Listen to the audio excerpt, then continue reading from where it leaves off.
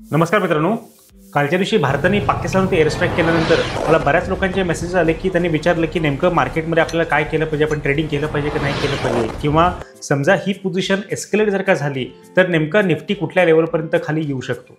तर मित्रांनो, या ठिकाणी आपण एक गोष्ट जाणून घेतली पाहिजे की सप्टेंबर 2024 पासून ते आतापर्यंत जर का बघितलं तर मार्केटमध्ये बऱ्यापैकी करेक्शन या ठिकाणी आलेली आहे आणि या करेक्शन नंतर सध्या मार्केट हलकंसं या ठिकाणी रिकव्हरी दाखवत आहे। परंतु या रिकव्हरीमध्ये जर का आपण स्मॉल कॅप आणि मिड कॅप जर का विचार केला तर या ठिकाणी बऱ्यापैकी या ठिकाणी अजूनही उदासीनता किंवा अजूनही या ठिकाणी बेरिश सेंटिमेंटच आपल्याला स्मॉल कॅप आणि मिड कॅपमध्ये दिसत आहेत। त्यामुळं अजूनही मार्केटमध्ये या ठिकाणी म्हणावं तसा एक पॉझिटिव्ह सेंटिमेंट किंवा म्हणावं तशी तेजी अजूनही आपल्या मार्केटमध्ये अजून आलेली नाहीये। समजा या पोझिशन सध्याची काही वॉरची जी काही सिच्युएशन आहे ही एस्केलेट जरी नाही झाली तरी या ठिकाणी मार्केट काय होईल, हे हलकंसं साईडवेज टू बेरिश या ठिकाणी किंवा बुलिश कधी बेरिश या ठिकाणी अशाच रेंजमध्ये ट्रेड करत करत साधारणपणे 24,800 या लेवलपासून ते 25,200 या लेवलपर्यंत कुठेतरी अजून एक हर्डल घेईल आणि त्या पॉईंटपासून परत एक मार्केटमध्ये करेक्शन आपल्याला येताना दिसू शकते आणि या करेक्शनमध्ये मार्केट साधारणपणे 23,600 23,200 पर्यंत देखील खाली निफ्टी येताना दिसू शकतो। त्याच्यानंतर तिथं एक जो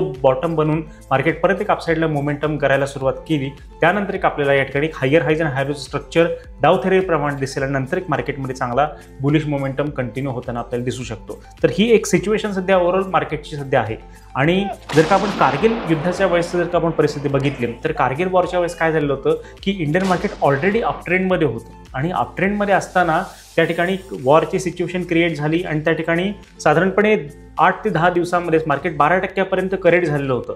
परंतु सर्व परिस्थिती भारताच्या नियंत्रणामध्ये आहे। ओव्हरऑल सिच्युएशन जी आहे ही कंट्रोल्ड सिच्युएशन आहे हे लक्षात आल्यानंतर गुंतवणूकदारांनी परत मार्केटवरती विश्वास दाखवला आणि तिथनं जे काही बुलिश रॅली होती ती कंटिन्यू होताना आपल्याला दिसलेली आहे। तर येणाऱ्या काळामध्ये देखील सध्या जर का बघितलं तर मार्केट या ठिकाणी साधारणपणे 7 एप्रिलला लो बनवल्यानंतर अपसाईडला जो मोमेंटम सध्या देते तर याच लो पासून सध्या आपल्याला या ठिकाणी अपसाईडला हा जो आलेला मोमेंटम आहे हा कंटिन्यू होताना देखील दिसू शकतो। एक हलकीशी करेक्शन या ठिकाणी मात्र येईल, कारण की ओव्हरऑलच टेक्निकली या ठिकाणी जर का बघितलं तर 24,800 आणि 25,200 हे रेजिस्टन्स झोन आपल्याला या ठिकाणी दिसतात। त्यामुळे पुढच्या काळामध्ये आपण फार अगदी मोठ्या प्रमाणात बुलिश राहण्यात काही मतलब नाहीये। एक हलकीशी करेक्शन एक्सपेक्टेडच आहे की एक करेक्शन आल्यानंतर आपल्या अपसाईडला पुन्हा जेव्हा मार्केटमध्ये एक बेस बनवून आपल्या अपसाईडचे जेव्हा मोमेंटम येताना दिसेल, हायर हाईज आणि हायर लोचं स्ट्रक्चर पर्टिक्युलरली निफ्टीच्या डेली चार्टवर आपल्याला दिसायला सुरुवात होईल, तेव्हाच आपण म्हणू शकतो की आपल्याला या ठिकाणी परत एकदा एक चांगला बुलिश मोमेंटम येताना दिसू शकतो। अदरवाईज तोपर्यंत या ठिकाणी फार काही मोठ्या प्रमाणामध्ये बुलिश राहण्यामध्ये किंवा एक्सपेक्ट करण्यामध्ये काही मतलब वाटत नाहीये। तर आमची मार्केट काय म्हणते एक सिरीज आहे, तर त्या सिरीजकडे लक्ष द्या। येणाऱ्या व्हिडिओमध्ये मी तुम्हाला असे काही काउंटर्स सांगेन की ज्या पर्टिक्युलर काउंटर्समध्ये आपण जर का गुंतवणूक केली तर आपल्या स्टॉक स्पेसिफिक मूव्ह मिळू शकते। तर आशा करतो या शॉर्ट व्हिडिओच्या माध्यमातून एक मेसेज देण्याचा मी प्रयत्न केलेला आहे की ओव्हरऑल मार्केट सिच्युएशन की काय आहे किंवा कशा पद्धतीने होऊ शकतं।